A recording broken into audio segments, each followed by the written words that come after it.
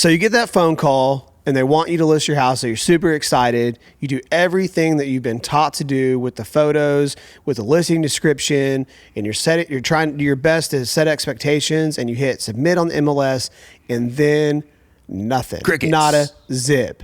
Man. So how you respond to this and how you educate your clients is going to be the difference between you making it or breaking it in this industry.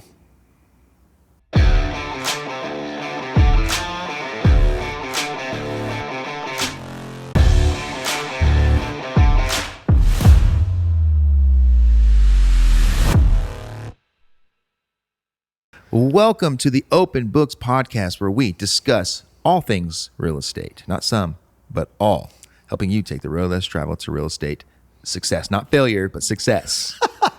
I'm your co-host, Curtis Haddock, alongside Casey Tuter, and we are missing our dearly beloved Brooke Massey. Yeah, I wonder what she's doing. What is dearly beloved? That's just... No, that's your wife. Is that wife? Yeah. Okay. I thought so. Our very good, close friend. Yes. Brooke Massey. Someone else's dearly beloved. Yeah. Nice ad-libs today, by the way. Thanks. Today we're going to talk about the things that you need to do to set proper expectations and educate your clients in a market that shifts. And by the way, if you're in real estate, it will always shift. So the ones that stay in the business are the ones who know to adapt. Well, so on that note, we're going to diagnose why a listing stalls and what can you do about it. What should you do about it? We're going to help you guys figure out how to reignite your seller's motivation, because you know, they're motivated at first and they're all excited. Everyone thinks as soon as you hit submit, their house will be gone the next day. At least they hope. Even if you tell them not. So that's how important it is. Yep. And if they are getting nothing, no showings, then the panic starts to set in and their motivation goes flat, and you got to figure out how to, you know, reignite some of that. And like you said, educate them. And then finally, we're going to talk about how to refresh and relaunch your listing, and some strategies and tips that you can do to kind of get people to, you know, look at your listing again if it has been sitting for a while. Every stage is important, and I think that because of some of this stuff, that's why I try to get the point across to sellers whenever we're listing their house. Like why, like the very beginning is so important, you know? So when sellers want to test the market, they're potentially really hurting themselves, and they're going to end up making less money by doing something like that. In my opinion. And I believe that because this is what I try to tell all my sellers. Then we'll get into all this. I know I got a lot to say on this one too. So the biggest thing to remember, if you're out there and you're thinking about selling your home, or if you're an agent and you're educating someone on selling their home, when you hit submit on the MLS to list the property, okay, that is the first, that's the and only time that listing is going to go to people's individual inbox by itself. Right? Because people have searches set up that are going to notify them when a home hits their criteria. So if you have buyers that are pre-qualified, they're on the market, they're looking at homes, and your listing fits their criteria, they are going to be notified of this new listing that came up, okay? If you're testing the market and you're overpriced, okay, then they're gonna be like, well, dang, it's out of my budget, or man, I don't want to spend that much on the house, or I mean, because they've been out there looking, they're looking at the other homes that are on the market. Like, I don't think people realize that buyers, like, they may not know how to comp properties, but they know how to compare what they're looking at versus what the price is. Right. And they're going to be willing to spend because they're making a decision on spending their own money. And in this market, everything's overpriced. Yep. Pretty much anyway. Yep. Even if you price it right from historical numbers, right, you know, the market's shifting so much that, and slowing down so much that, you know, you have to kind of take that into consideration. But now you've created a situation where buyers aren't coming to look at your listing, and then your sellers, okay, you were right. let's drop the price to what you told me it should have been. Or the next agent gets to tell them that. Or the next agent. But let's say you're the agent, but depending on how long, like in some, let's say it took a couple months to finally get there. Like, okay, we'll just go down to the price that you originally, that you told me we should have started at, and you adjust it. Okay. Well, two things are happening. One, your listing is now mixed in with every other listing on the market. Yep. Okay. And then two, even if somebody, when they do see that one, they're like, oh, this one is now priced fairly good. They're going to look at it. They're going to be like, wait, but it's been on the market for 60 days at the price that I would be willing to pay. But why is is it overpriced now? Right. Why is nobody buying it? What's wrong with it? Maybe there's some hidden problems with the house that people know about that I don't know. I mean, fear starts to take over, and people start to tell themselves scenario after scenario. The last thing a buyer wants to do is spend several $100,000 on a lemon property. Right. And so that's what they're afraid of. Well, people want what other people want. The people want what other people want. So it's interesting. It is. Yeah. And people want to find a deal. Everyone wants it. Buyers want a deal. Sellers want a deal. And in reality, it's like fair market value is going to be fair market value. But yeah, I love that point about people want what other people want. And people refuse to acknowledge that they're involved in a market. You hear things like you close on a property to someone, they go, we'll probably live here for a year, and if we decide we don't like it, we'll just sell it for more. Yeah. It's like, says who? Right. Yeah. It's not a guaranteed investment ever. Not at all. But I do think that concept of people, because how many times do you think, I think we've all probably done it where we look at something or we see something. I'm saying anything, like it could be like a joke, like somebody tells a funny joke and you don't quite get it, or you're like, oh, that wasn't that funny, but then everyone else is like, that's hilarious. Yeah. Or like you're like, oh, that is a funny joke. And you hope that one person doesn't go, do you get it? And you're like, yeah. I just think it's human nature, right? To want. That's supply and demand. That's why, like, when there's a bigger demand for something, then the price goes up. Yeah, and it's interesting too, because during the COVID times, whenever you'd have 10 offers on the property, everyone wanted it. They knew they were competing, and then you would take their offer, and then a day or two later they send a release and like, we thought about it, and it's like, yeah, because you wanted it because everyone else did. Yeah. And you were trying to compete to get it, and then you thought about, oh my God, that drove me nuts. Yes. Yeah.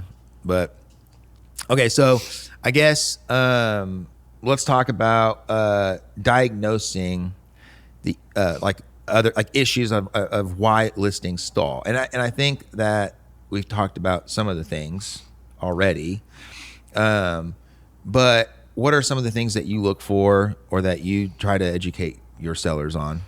Well, I'm always so. First of all, I would say more part-time agents are going to struggle with this because they're not following the market. I'm trying my best to anticipate where I think the market is headed, and so when I sit down at a listing appointment, I'm trying to educate them on what is happening currently, where we just came from in the market, and where I think that we're headed. That way, when their listing stalls, they're still going to be upset and surprised because they're going to agree, like, oh, we're not in a hurry, and they're going to do all the things that sellers always do. But at the end of the day, like right now, all of your sellers should know that they're not going to sell their house without price drops, unless they're the one house that everybody wants, which is still out there. So that's why you hear some people they'll go, oh, the market's on fire. It's like, no, you had one listing that got 2 offers. It's like, market is not on fire. Yeah. I think if you price it right from the very beginning, then I don't think you're going to have to do a price drop. So, and what I mean is, like, we can't predict the future with certainty. But we can look at trends and try to see where it's going, and also timing is everything as well sometimes. And some of the things that I'll do is when we're pricing a home, we're looking at comparables of homes that have sold, right? We don't go past a year. Right. But even if you're using properties from like up to a year ago, I mean, that could be a long time ago. That's a long time ago.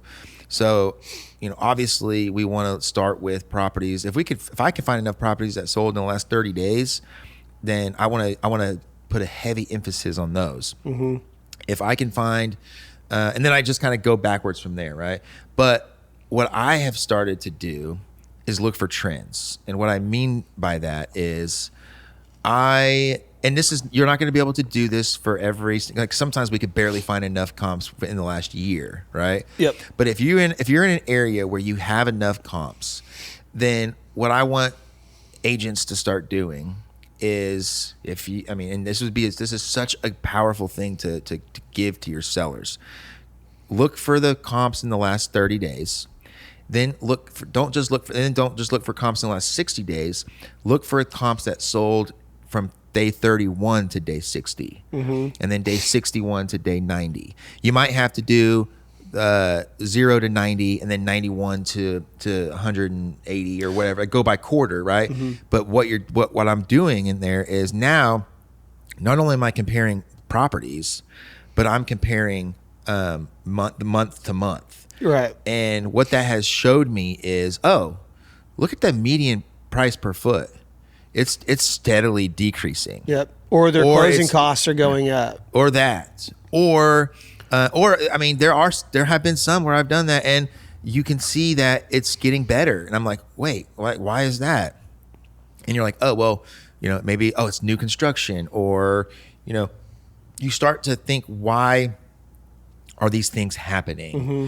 And if you can find a pattern, then you can predict the future with at least some relative certainty, not exact certainty, but some sort of educated guess. Yeah. And if you can convince your seller that that's what's happening, if they want to get their house sold, this is where you need to be, then you're going to be the attractive house on the block. Yeah, you also want to check the property history too, because if you find one that sold in 7 days, 30 days ago, but it's the third time it's been listed, then it didn't actually sell in 7 days. Yeah, but I'm not talking about days on market. I'm talking about like in the last 30 days, what homes have actually sold, because even if it was on the market for a year, it still sold within the last 30 days. Yeah. So that tells me that that's what that house was worth at that time. Well, so days on market, that would be different. You would want to do what you're talking about. Yeah. Well, and then too, it's like what people have to understand is like there may only be one buyer for your house, and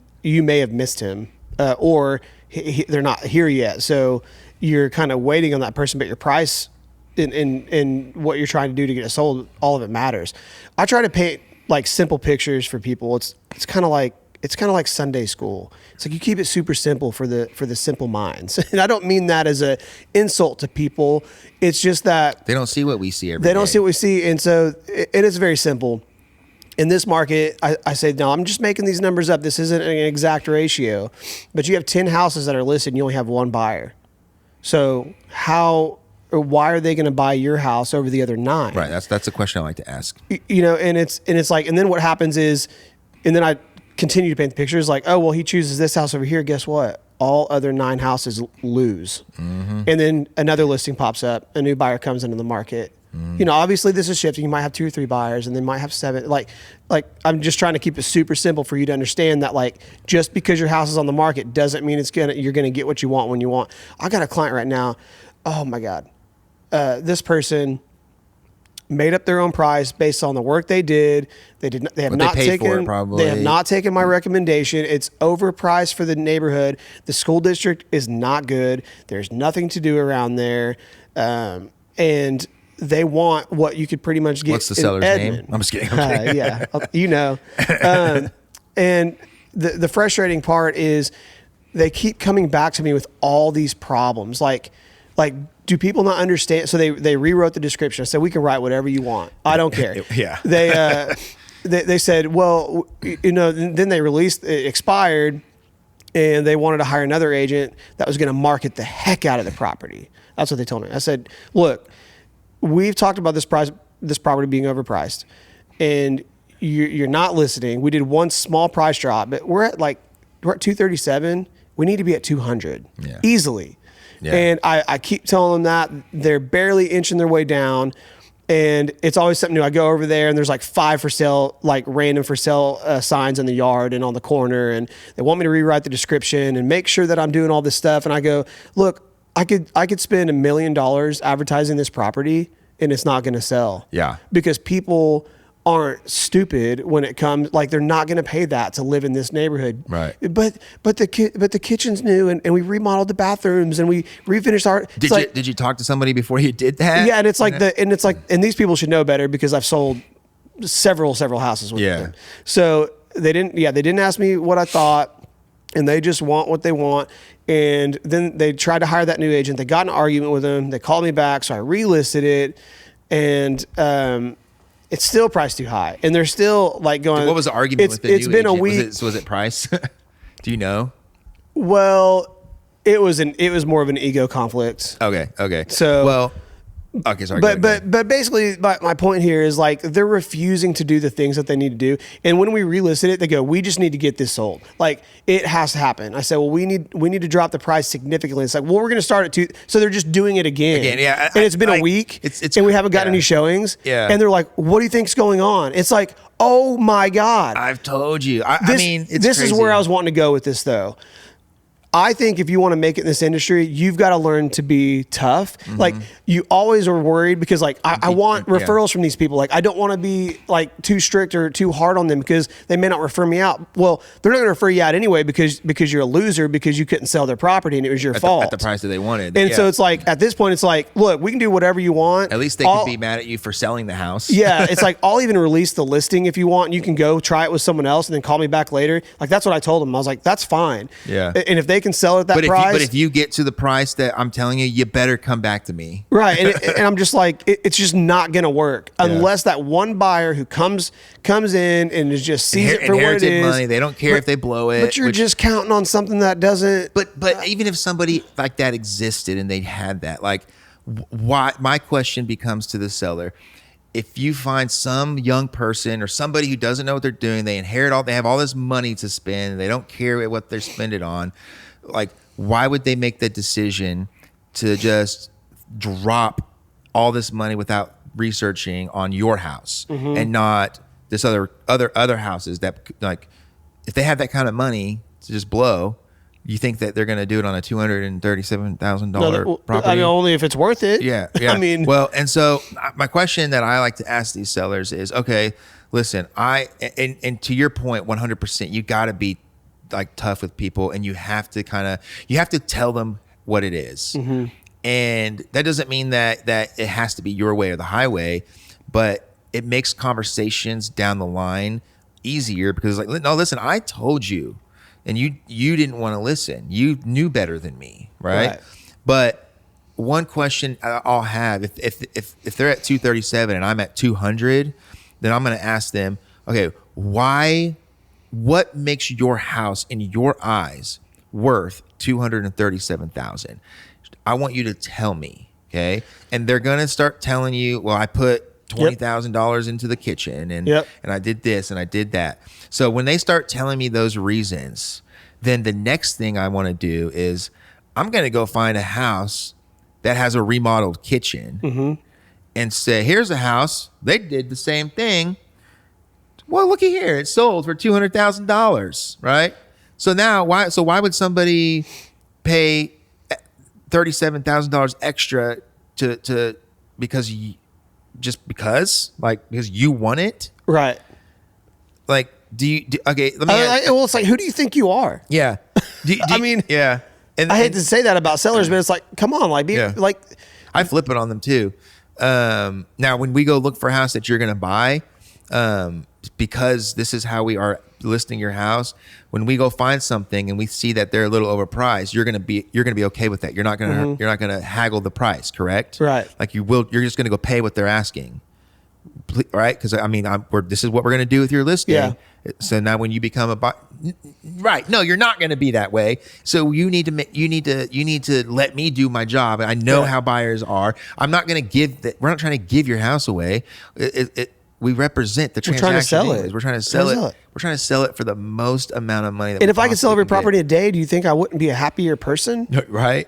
Yeah. Well, and what I always tell, and what I've been telling people too since COVID, it's like, it's like sellers refuse to admit there's a market involved. However, whenever they sold their houses in 2021, whenever they were getting $30,000 over asking, do you think any seller goes, you know what, keep that $30,000. We're just going to take what we listed it for. Yeah, right. No. Right. They all took it, and they all took the guarantee. Yep. And they took the non-refundable earnest money too. Yeah. Because that is what the market called for. Yeah. But whenever the script flips, well, we can't drop it anymore. Yeah. It's like, then you're going to keep it. Yeah. I actually, those are the options. Yeah. I hate tough markets, but also just as life presents itself, that's where the growth comes from. Mm-hmm. So it's like, that's where you can learn to be like, no, like you're either going to drop it or you're going to keep it. And I'm sorry to sound harsh on this, but that's just what is happening. Yeah. And you have to come to terms with it. Yep. People are afraid they're going to lose the listing or not get the opportunity, but it's like, well, would you rather get it and not sell it? Well, that's because they don't want to have enough real estate conversations. So they get stuck on that one listing, and then that one listing doesn't sell. And then it's like, oh my God, the market's falling apart. It's like, well, you need to find the people that want to sell their house. Yeah. And you can't do that without having real estate conversations. I do put a lot of emphasis in my when diagnosing problems on days on market, like you were saying, and making sure that if you are using a house that sold in 5 days, like was it listed the third, fourth, fifth time, but I go and look. I try to look at what the median days on market is, and once I feel comfortable with that, then let's say that the median days on market for a house that we're looking at was 45 days. Okay. Well, I can use that to determine, okay, are we in a good spot on day 14? Mm-hmm. And I explain this to my sellers, like, look, if we know that we're going to that our goal is to get this thing sold within 45 days, if we're priced correctly, right? And it may not be 45 days if you're priced correctly. Some of those houses took that long because they had to do price drops. They didn't start out good, right? So you don't know. But if we know the median is 45 days, I also know that you're in most markets, when it's a seller's market, obviously you could get one showing and I get an offer, but I usually put about 10, sometimes up to 14 showings per offer that you get. Mm-hmm. Okay. 10 is a nice, easy, simple number. Sometimes we do better. Sometimes we do worse than that, but 10 is a good number to base this off of.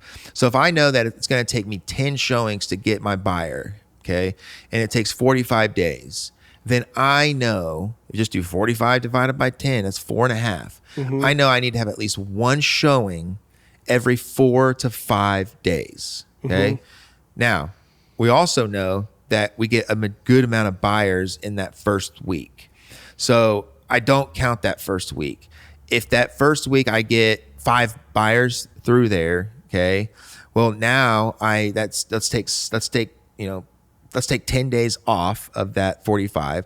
Now we're at 35 days to get 5 buyers because we already had 5 that first week. Yeah, but my cousin's house sold in a week. You're telling me it's going to take longer than that? Yeah, that's what they'll say. Yeah.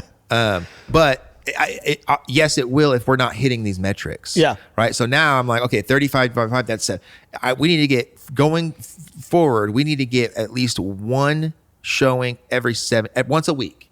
Right.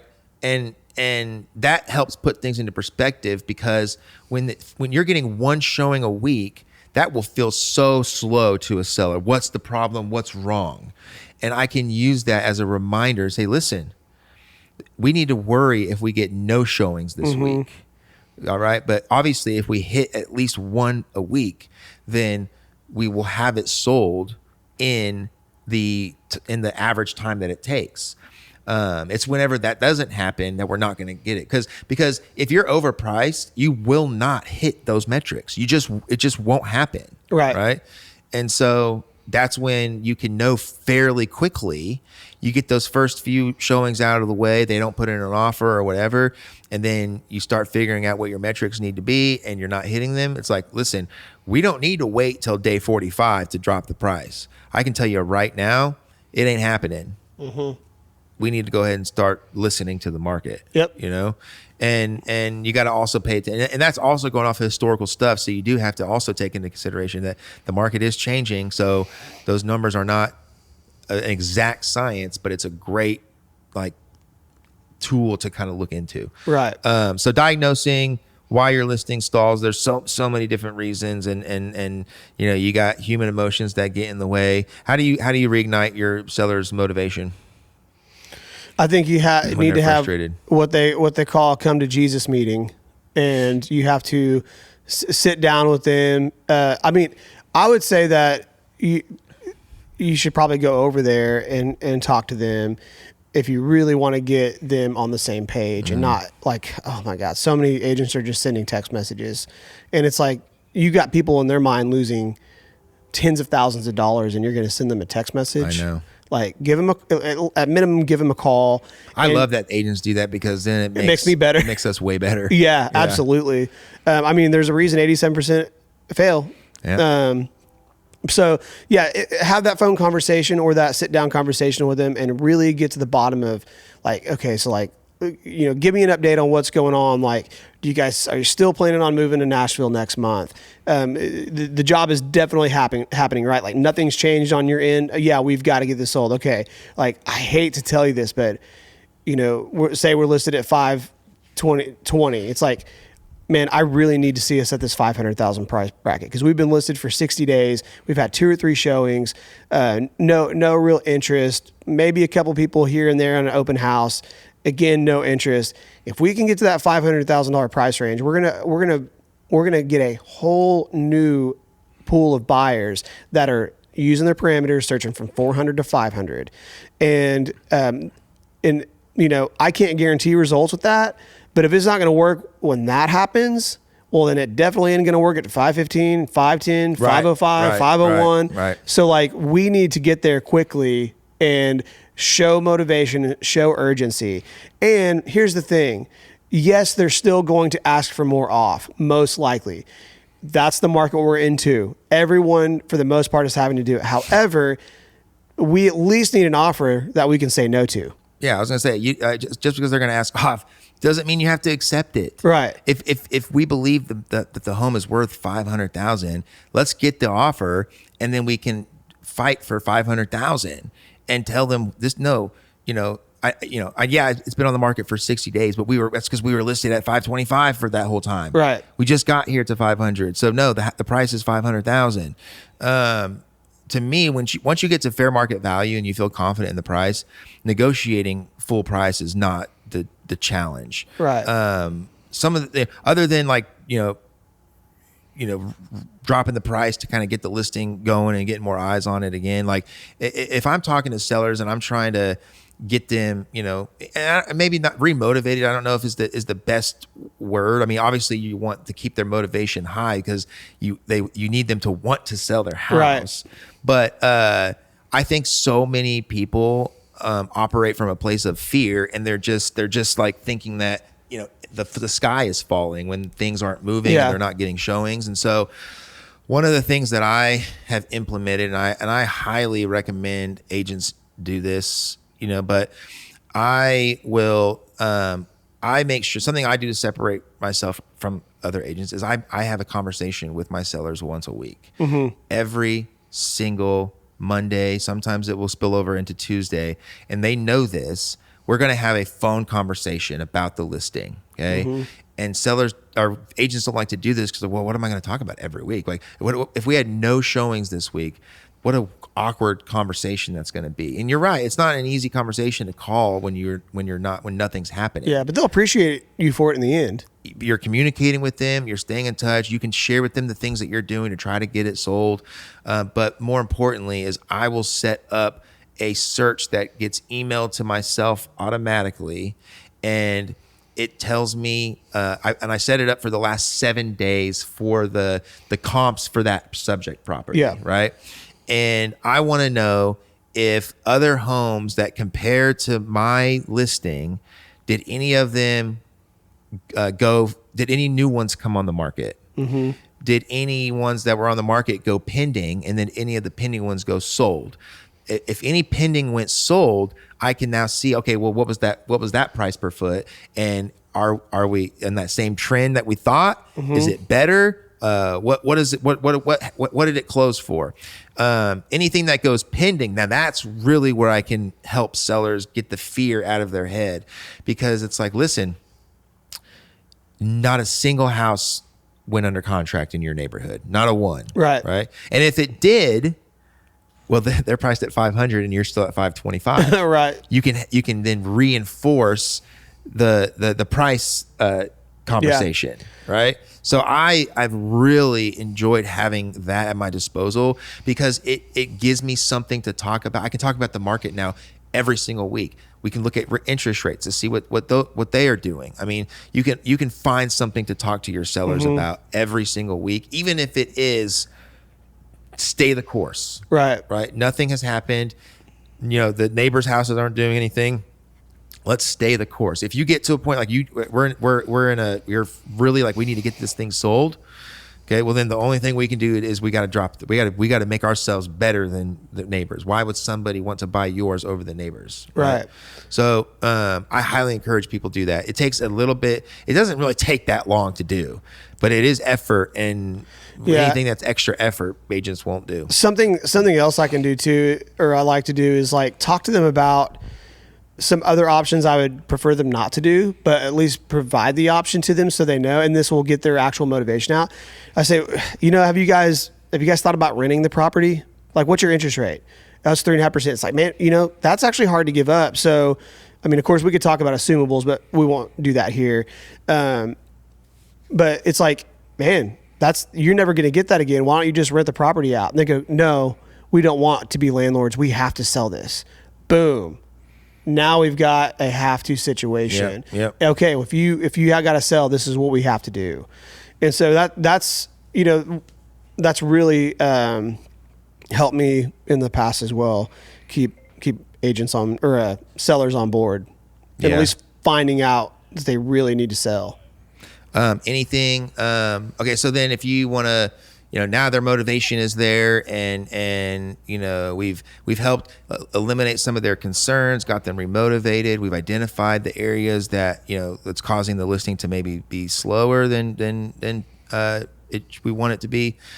What do we do now to kind of refresh and get this listing back out to people? Well, you can, if you haven't, you can always advertise for an open house, which will hit people's box. Yep.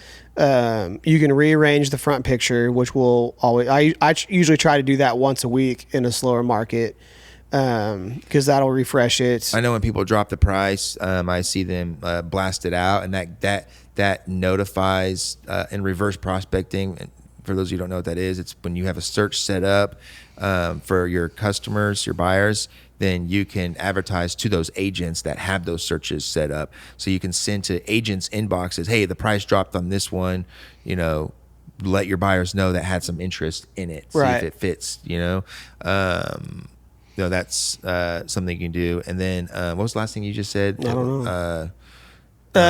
Refreshing, so changing the order of pictures. Oh yeah. Doing something that's going to kind of put it back on the top, but it does. But what doesn't happen is you don't get that opportunity for it to get sent out to the buyers by itself again, unless you have to take it off the market and then reset it, which is kind of what you've talked about. You need to know, is this the second time it's been listed, third time? Even with the same agent, it could be listed 2, 3, 4 times, whether it expired and got relisted, or whether it got taken down and relisted.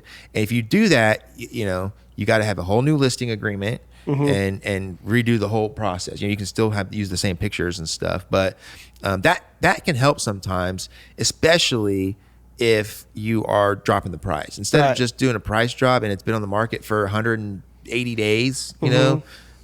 If they're going to be going down to 500 finally on that example, pull it down and then relist it at 500 so it hits everyone's inbox again at the correct price. If you're going to make a big drop like that, and it's been a while, I think that's a decent move. That's when I decide to do that, is when it's been a while. We're getting past the average days on market, and we're making a big change.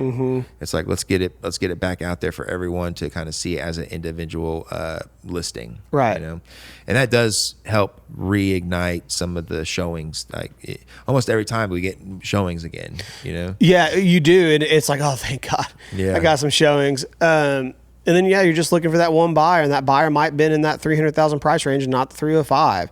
So it's hopefully you don't have to get to that point. But again, the price drop is the pricing is the most important thing you can do.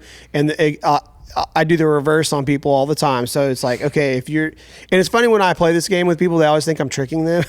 And it's like, I'm not tricking you. Like, if you would if the house is for sale next door and it was just offered to you for $10, would you take it? In any condition, I would take it. Yep. Let's just pretend that it would appraise at $300,000. Yeah. And let's just say the cost to sell it are $20,000. So if I resold it, I guaranteed I get $280. Yep. Would I buy it for $100? Would I buy it for $1,000? Would I buy it for $10,000? Would I buy it for $100,000? Would I buy it for $150,000? Yes, I would. All those. I would probably buy up to $260 and make 20 grand. Yeah, why not? If it's guaranteed, right? So obviously there's going to be like, man, that may be risking it. That may be above my risk. What if the market shifts? But if we're talking about a guarantee here, like even without a guarantee, I'm going to give 150 to 180. Yeah. Tomorrow. And so it's like, okay, so we agree that everything is actually for sale. It's not like, what's going on? No one's buying. Yeah. They are. Yeah. They're just looking for what the market is going to allow. Or a deal or something. And, and you're not willing to give that deal right now, which is fine. But you what you need to be willing, if you want to get the house sold, you got to get to fair market value, and if you're going to get over fair market value, then you're going to need multiple buyers that are competing, because then that's what drives price, and that's when people go, oh, more people want this too. That's exciting. Okay, I'll pay more for it. Right. Yep. So exactly. It's just how it goes. So yeah. Anything else? I think that's good, man. It was a good episode. Yeah. Don't let your listing stall. Yeah. Just do it. Just stay on top of it, for crying out loud. Just do it the right way the first time. Yeah, just do it. Yeah, absolutely. Yeah. All right, guys. Well, as we come to an end, I just want to thank you for listening and watching. And please don't forget to like, subscribe, and click the bell for future notifications. And we can't wait to see you guys again. I'm Casey Tuter, and this is Clovis Curtis Haddock. You just did that. I did.